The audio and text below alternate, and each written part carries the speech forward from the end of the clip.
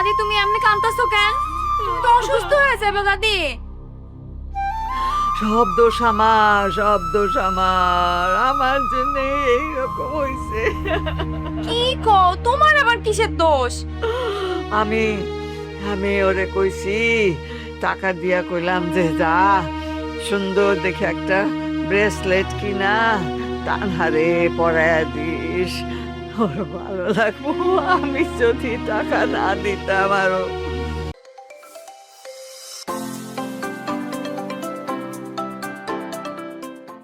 নিশ্চয়ই ওই নদীর পাড়ে গেছে দিতে, আর সেইখানে এই কারণ কারণ এই সব ঘটনা ঘটছে। দাদি কি কো এগুলা তুমি?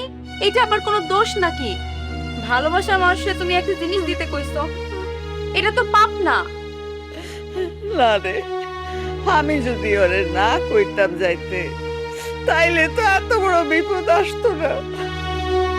এইভাবে নিজেকে দোষ দিও না দাদি। যা হয়েছে এটা অন্য কেউ করছে, তুমি না। তুই বুঝবি না রে, তুই বুঝবি না। দাদির বুকের মধ্যে কেমন যে উথাল পাথাল করতেছে, কেমন লাগতেছে। আমি না বুঝলেও তোমার এমনি ভাঙতে দিতে পারি না আমি দাদি। দাদি তুমি শক্ত হও, ভাইয়া ঠিকই ফিরাই, আমরা সবাই তার খুঁজতেছি। আল্লাহ যেন তোর কথা সত্যি করে, আল্লাহ যেন তোয়া কবুল করে। হাই, শুন, তুই ওকে তো সাবধানে থাকবি, বুঝছস? কলেজ থেকে এই যাইতে আসতে খুব সাবধানে যাবি, চোখ কান খোলা রাখবি। বিপদ কিন্তু পায়ে পায়ে, আমাগো এখন পায়ে পায়ে বিপদ। ঠিক আছে দাদি, আমি সাবধানে থাকো, তুমি চিন্তা করো না। দাদি একটা কথা কই, এই সবের পেছনে তানহা? কখনো না। কেন দাদি, সবকিছুই তো ওইদিকে ইশারা করতেছে। না, আমার নাত বউ এইটা কখনো করতে পারে না। আমি মারুফের চোখে তানহার জন্য আসল টান দেখছি।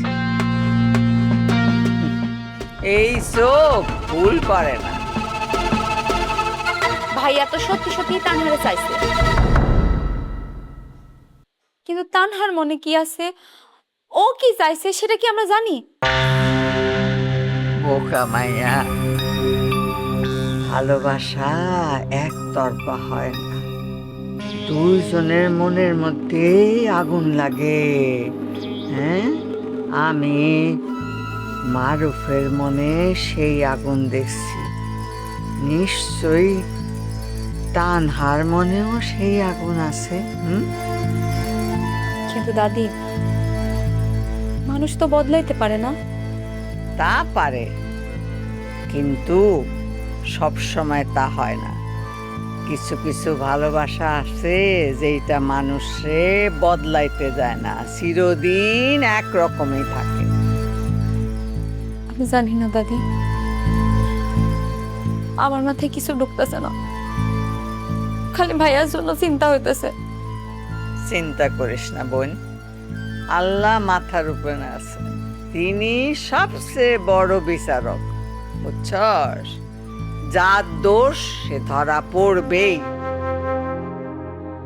আর তুই নিজেরে কিন্তু সামলায় চলবি। তোর যদি কিছু হয়, আল্লাহ মাফ করুক, তাইলে আর আমরা দাঁড়াইতে পারবো না রে।